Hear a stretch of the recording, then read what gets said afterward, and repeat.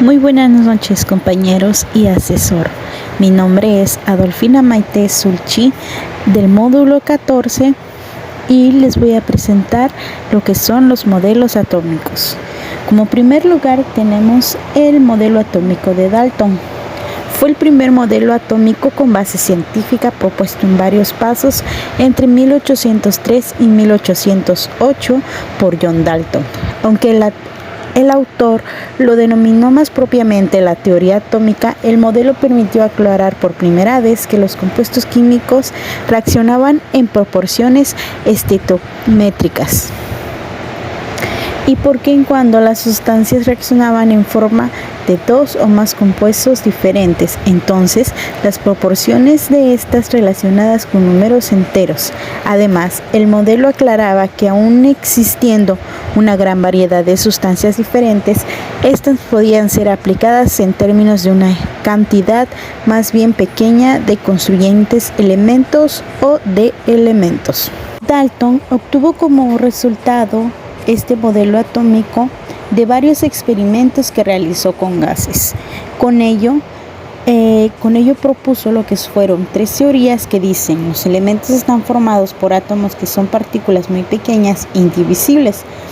Todos los átomos de un elemento son idénticos en su masa y propiedades. Los átomos de distintos elementos químicos son distintos. También él dijo: toda la materia está formada por átomos. Como segundo modelo atómico tenemos el de Thomson, también conocido como el modelo del pudín con pasas. Fue desarrollado por Joseph John Thomson el 18 de diciembre de 1856. En el año de 1904, Sir Joseph John Thomson fue científico británico que descubrió la primera partícula subatómica, el electrón. Además, Thomson descubrió partículas cargadas negativamente mediante un experimento de tubos con rayos catodóticos. Como consecuencia de este descubrimiento y considerando que aún no se tenía evidencia del núcleo del átomo, Thomson pensó que los electrones se encontraban inmersos en una sustancia de carga positiva que contrarrestaba la carga negativa de los electrones, ya que los átomos tienen carga neutral, algo semejante a tener una gelatina con pasas flotando adentro.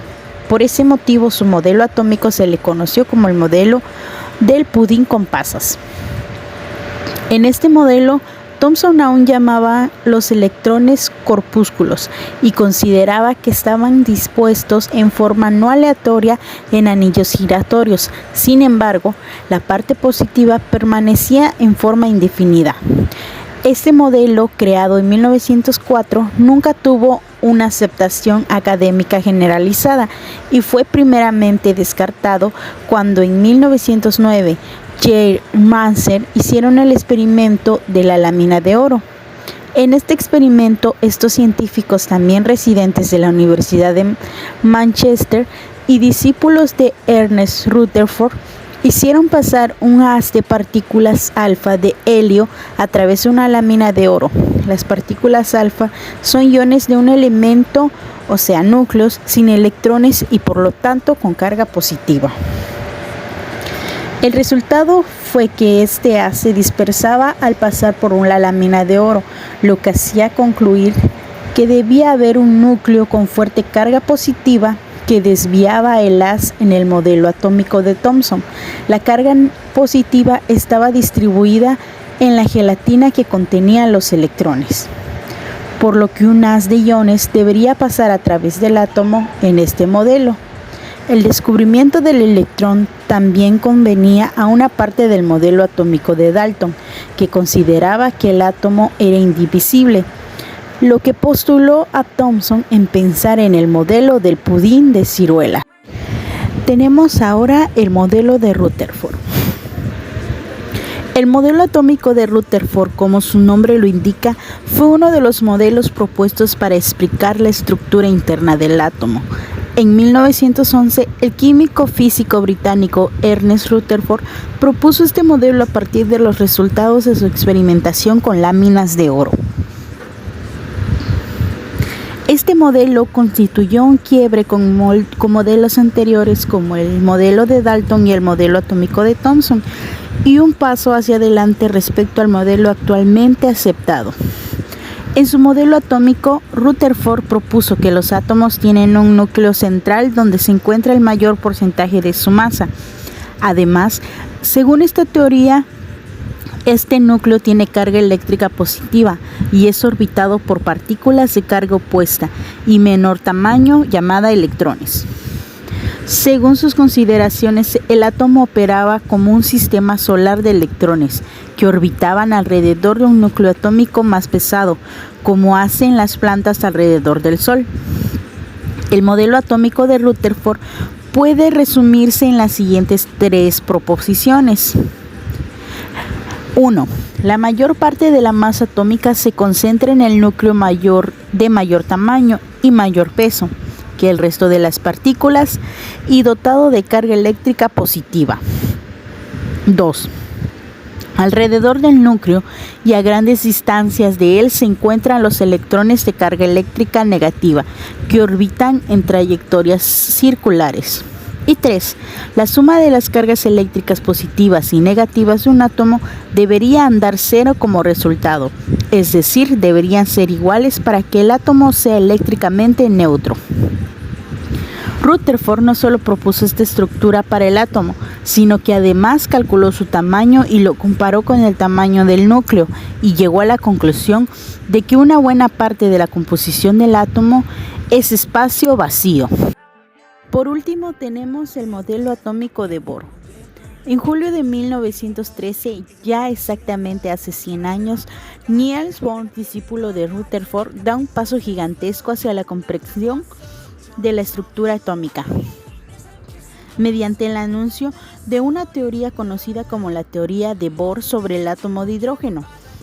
Bohr describió el átomo fundamental del hidrógeno como un electrón moviéndose en órbitas circulares alrededor de un protón, representando este último al núcleo del átomo, el que Bohr ubica en su parte central y dando una explicación robusta respecto a la estabilidad de la órbita del electrón y del átomo en conjunto. Se trata entonces de la figura de la estructura del átomo más conocida y aún en nuestros días más difundida. Está fuertemente representada en el imaginario colectivo del siglo XX y de lo que va del siglo XXI. Con esta teoría, Bohr pudo no solo determinar las energías de los electrones en sus órbitas, sino además explicar ampliamente las series espectrales visibles del hidrógeno con una precisión asombrosa. Además, pudo predecir la emisión de energía de los átomos de hidrógeno, hasta ese momento no observadas, tanto en la región ultravioleta como en la región infrarroja del espectro. Diferencia entre ecuación química y reacción química. La reacción química es el proceso en el que las sustancias se unen para transformarse en otras diferentes. Una ecuación química son representaciones simbólicas de las reacciones químicas. Se componen de 2 miembros, separados por una flecha que indica los sentidos que ocurre la reacción. Características de una reacción química. En una reacción química los átomos no cambian, lo que cambian son los enlaces que los unen. La mayoría de las reacciones químicas ocurren en soluciones acuosas, pueden ser reversibles si los productos pasan a ser reactantes o irreversibles cuando los productos no vuelven a formar los reactivos que les dieron origen. Las características de una ecuación química son: los reactantes y los productos se representan utilizando símbolos para los elementos y fórmulas para los compuestos. Debe indicar el estado físico de los reactantes y la forma en la que los átomos forman enlaces cuando se unen los átomos. Del mismo elemento forman moléculas simples, por ejemplo, cuando se unen 2 o más átomos distintos elementos mediante un enlace químico en una proporción física con masa se forman los compuestos. Muchas gracias por su atención, compañeros. Espero que tengan una semana exitosa.